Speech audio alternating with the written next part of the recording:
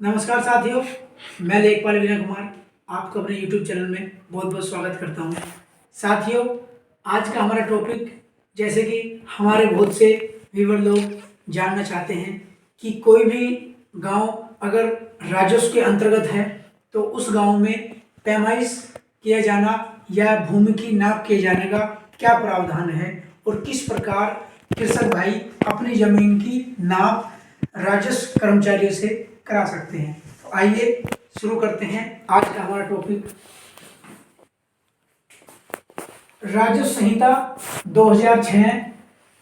में धारा 24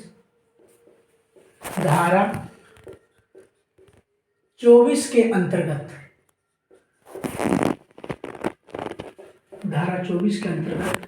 ये प्रावधान है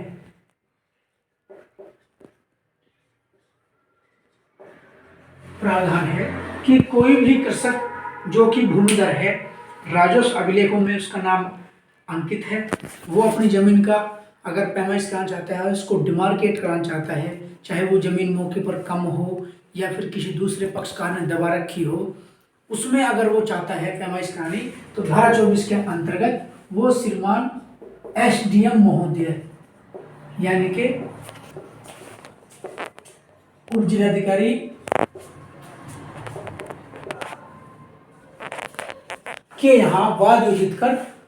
पैमाइश करा सकता है। अगर उसमें क्रम में बात करें हम किस तरह से वो आवेदन करेगा, तो आवेदन के साथ साथ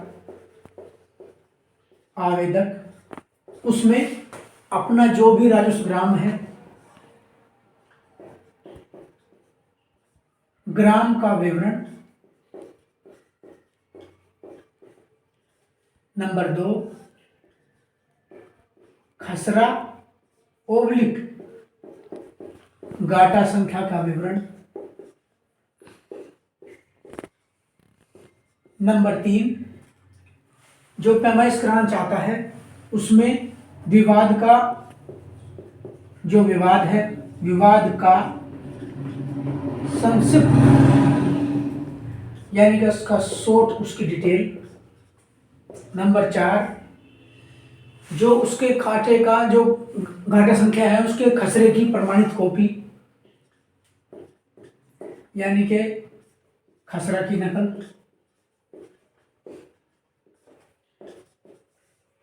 खतौनी की नकल जो कि भूलेख से निकलती है, और नंबर 6 उसका जो प्रमाणित नक्शा है जिसकी कॉपी राजस्व अभिलेखागार से मिलती है, नक्शे की कॉपी, प्रमाणित कॉपी। ये सब चीजें एक फाइल कवर में रखकर वो आवेदन करेगा श्रीमान SDM महोदय के यहाँ। SDM महोदय के यहाँ से फिर संबंधित स्टाफ लेखपाल कानूनों के निचले स्तर पर वो फाइल आएगी, उसमें रिपोर्ट दी जाएगी और उसमें एक नियत दिनांक के अंतर्गत सभी पक्षकारों को जो कि उसमें आसपास के घाटे से जुड़े हुए हैं उनको नोटिस जारी होगा कि फला फला दिनांक को आप इस स्थल पर आप लोग उपस्थित रहें और आपकी पैमाइश यानी कि डिमार्केट की जाएगी, जिसे कि ठियाबंदी भी बोलते हैं। उसके लिए प्रत्येक घाटे का 1000 रुपये ट्रेजरी से उसका चालान किया जाता है। जो भी पैमाइश चाहता है प्रत्येक घाटे के लिए, एक घाटे के लिए या खसरे के लिए 1000 रुपये। समझ के चलो कि कई सारे घाटे हैं वो आपस में मिले हुए हैं तो भी 1000 रुपये लगेंगे, नहीं तो फिर अगर अलग अलग बिखरे हुए घाटे हैं, दूर दूर हैं, तो प्रत्येक घाटे के लिए 1000 रुपये का उसमें शुल्क लगता है। पैमाइश स्थल पर किए जाने के उपरांत जो कानूनगो हैं जिसकी RI बोलते हैं, रेवेन्यू इंस्पेक्टर, उनके द्वारा एक फील्ड बुक तैयार की जाती है जिसमें कि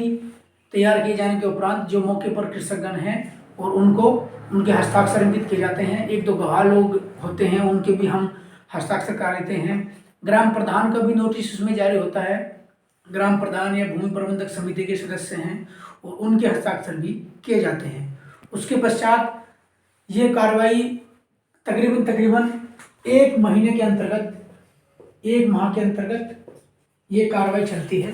उसके बाद कानून के द्वारा अपनी रिपोर्ट श्रीमान SDM महोदय के कार्यालय में सबमिट कर दी जाती है और SDM महोदय के यहाँ से फिर अगर किसी को आपत्ति है कि जो डिमार्केशन किया गया है, जो पैमाइश की गई है वो सही तरीके से नहीं हुई है या किसी को उसमें डाउट है तो उसमें सुनवाई का अवसर भी एसडीएम महोदय के द्वारा दिया जाता है। उसमें 15 दिन के अंतर्गत कोई भी व्यक्ति अपना सुनवाई के लिए आवेदन कर सकता है। और अगर वहाँ से भी कोई कृषक क्षुब्ध है यानी कि वो सेटिस्फाई नहीं है तो वो 30 दिन के अंदर 30 दिवस के अंतर्गत वो आयुक्त के महोदय के यहाँ यानी कमिश्नर साहब के यहाँ अपना वाद योजित कर सकता है कि श्रीमान उप जिलाधिकारी महोदय के द्वारा जो हमारी समस्या का निराकरण किया गया है वो सही स्तर से और अच्छी तरह से नहीं किया गया है। और यहाँ पे 30 दिनों के बाद आयुक्त महोदय द्वारा जो आदेश पारित किया जाएगा वो बिल्कुल अंतिम आदेश होगा,